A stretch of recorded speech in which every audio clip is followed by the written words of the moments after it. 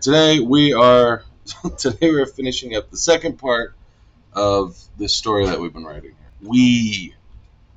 Let's have some fun. So first section, we set up the idea that these dogs are not what we think they are, but we haven't expounded on what they are.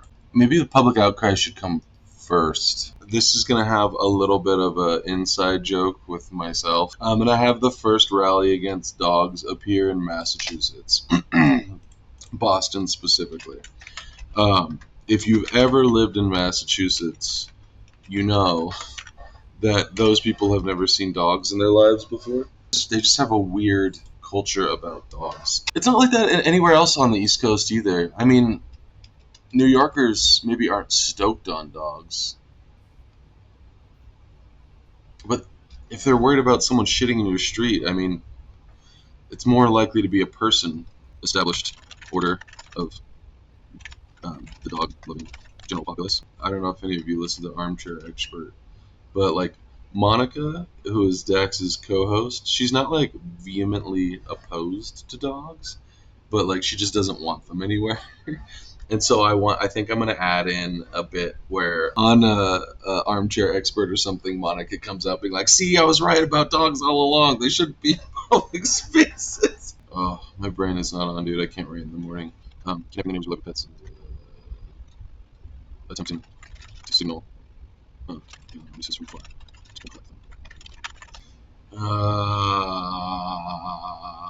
Monica Padman. Okay, yeah, you got it right. Dax Shepard's. What is it called? Armchair Expert co-host. Monica Padman. I'm just gonna keep name dropping in this whole stupid short story until one of them reads it. Yeah, this is just gonna be me making fun of people at this point. Like a domesticated dog, Canis lupus familiaris. Animals. We're blaming Andromeda because that's the only other galaxy I can think of right now. Manipulating the mechanisms of our innate proclivities to seek peace, to nurture peace, that it pries and pulls us into its maw. Technically, you could say that even if dogs aren't aliens, that this is kind of how it works. It is by manipulating the mechanisms of our innate proclivities to nurture cuteness, that we love any sort of creature. I had this discussion with my pal last night, my buddy Cairo Smith, who's also an excellent author. If you see his books, you should pick them up. Scene Bucks is out right now. If you are terminally online, this book is hilarious, and probably good for your soul. But I had a conversation with him last night, literally, about how to not anthropomorphize, which is what we tried to do, right? Like that's the scientific thing to do, is to try to not anthropomorphize. But to not do that is to not deny us the things that make us human, and sort of, or to deny something that makes us human and makes us good to our world too. So the more we anthropomorphize things, the more we sort of fulfill our humanly duty to things. I might want to state something about how there are groups of people who don't give a shit, but I don't want to undercut this final paragraph. I don't know how I want to do the experiments on dogs, because I don't want to turn it into plague dogs or something like that. Like I'm trying to keep the animal violence to a minimum on this one, but that's just because I want this to be a little bit of a cozy Lovecraftian story. Yeah, maybe I'll skip that one for now. It could be a public, like a state attempts to rally up and collect dogs for study, but there's a group of people who are effectively, let's say they're who was that guy? One guy, he wrote a lot about like panspermia. He's Velikovsky. Yeah, we can evoke Immanuel Velikovsky here. What is their central dogma? The human race is already alien. This is simply in a form of Galactic. Dude, what's the word I'm looking for? Cooperation. Jesus. Let's make them do some radical stuff. Even though I sympathize with this group more than I sympathize with the dog taker or layers. What are some other consequences? They have to like clear out prisons of all of all non-violent offenders to make rooms for dogs, basically. So my problem with this draft so far is that it's pretty much just listing out facts. Like, it's entertaining to read, I think, but it's more of like an epistolary, like a spreadsheet. So I have to add more character work into it, probably on the second draft. UN released a memo urging affiliated nations to round up their dogs for a global study. The UK, the UK jumped on this opportunity immediately. Counter protest. Let's make them come out of LA. What were those? What were the? Oh gosh, spiritual centers. Los Angeles spiritual centers. I used to know people that were super into this crap. There was one called Agape, I want to think.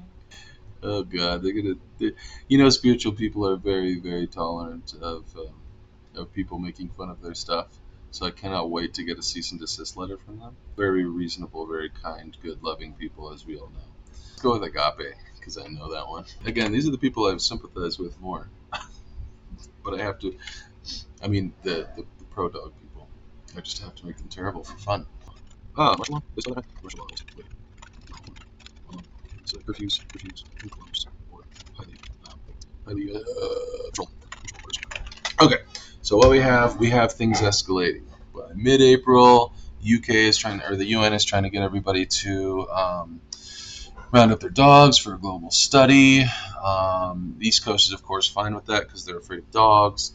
And then the West Coast is where everybody gets freaky. So I thought it spiraling to horrible violence as soon as possible would be somewhat amusing. Today I saw the first sticker reading, "You can pry my Shih Tzu from my cold dead hands" on the back of a Prius. Basically where we're at right now is, so we have the discovery of the Caninomicon, we have the sort of global effect of that, the rally against dogs from the East Coast, and then the militant uprising against the sort of federal attempt to rally all dogs for a group study coming from the West Coast, which I think is, in this ridiculous story, I think that is probably the most realistic. Also, economic consequences of rallying up dogs in Japan. And yeah, so right now it's quite funny, I think. Well, it's funny to me, I don't know. But I think it's a solid first draft. And then I think tomorrow I'm going to try to get these two done, where we kind of center focus back onto the narrator of this story. And the attempt to make contact as well. I think we're going to center back on the narrator and his emotional state, so that we can then, in the next couple days, write these two sections where he has his breakdown and he is offered to see an emotional support dog. And then this final, thoughtful section would be pretty easy to write. And then we'll have a functioning first draft, which is pretty cool. And then after we have a functioning first draft, we can start to write a second draft. My name is Slater Hanate. Again, my book is Becoming. That is on Amazon under Kindle. We will be releasing a paper copy of it most likely around March, is my guess. And yeah, thank you for stopping by and listening in, and hopefully having a little fun and hearing me yap about stupid things, and watching me write this short story. Come see me tomorrow. I'll be doing this again tomorrow morning, roughly around the same time, probably around 9:30. All right, bye everybody. I'm done. Goodbye.